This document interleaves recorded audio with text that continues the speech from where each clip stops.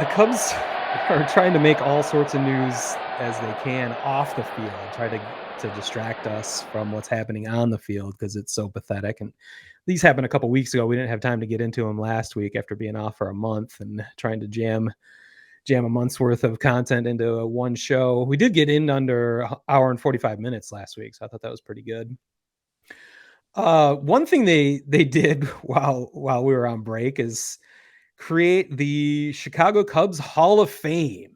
Did you see any of that, any of the coverage of that, or did you see what that was all about?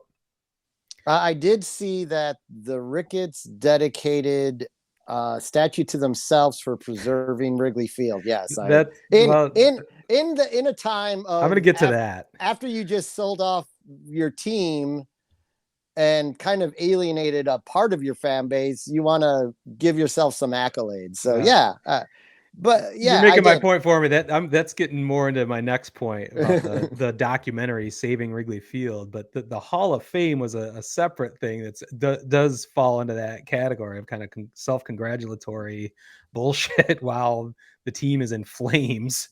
Um, the I guess my point, when I first heard they were doing a Hall of Fame, I thought they were like going to have I me immediately I thought they were gonna have something in, like, the new building out in out in the Gallagher Way area. I thought they were gonna, like a Hall of Champions or some ridiculousness with the statues they had, if I didn't know. I thought they were gonna build something significant. I thought that was strange where they don't have much capital since they had to sell off all their players, that they were doing something like that, but I was totally mistaken because what they did was actually it didn't probably cost them even $10,000.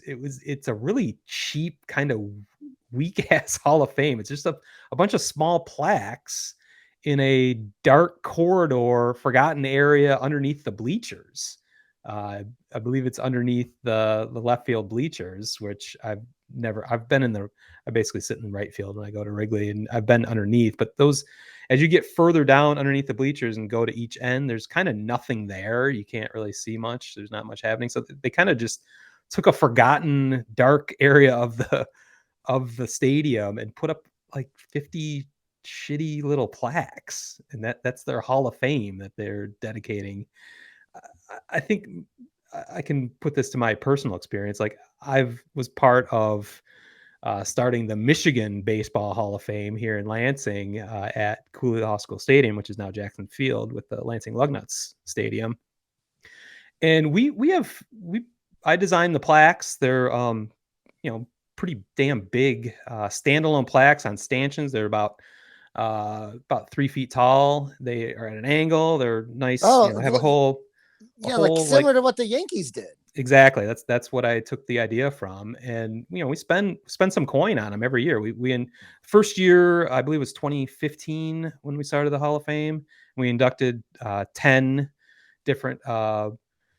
Most of them are former Tigers. There's some college coaches, high school coaches throughout Michigan. Just some significant tie to the state of Michigan. Our inaugural class had 10. We spent like 20 grand on $2,000 plaques that stand out in the outfield.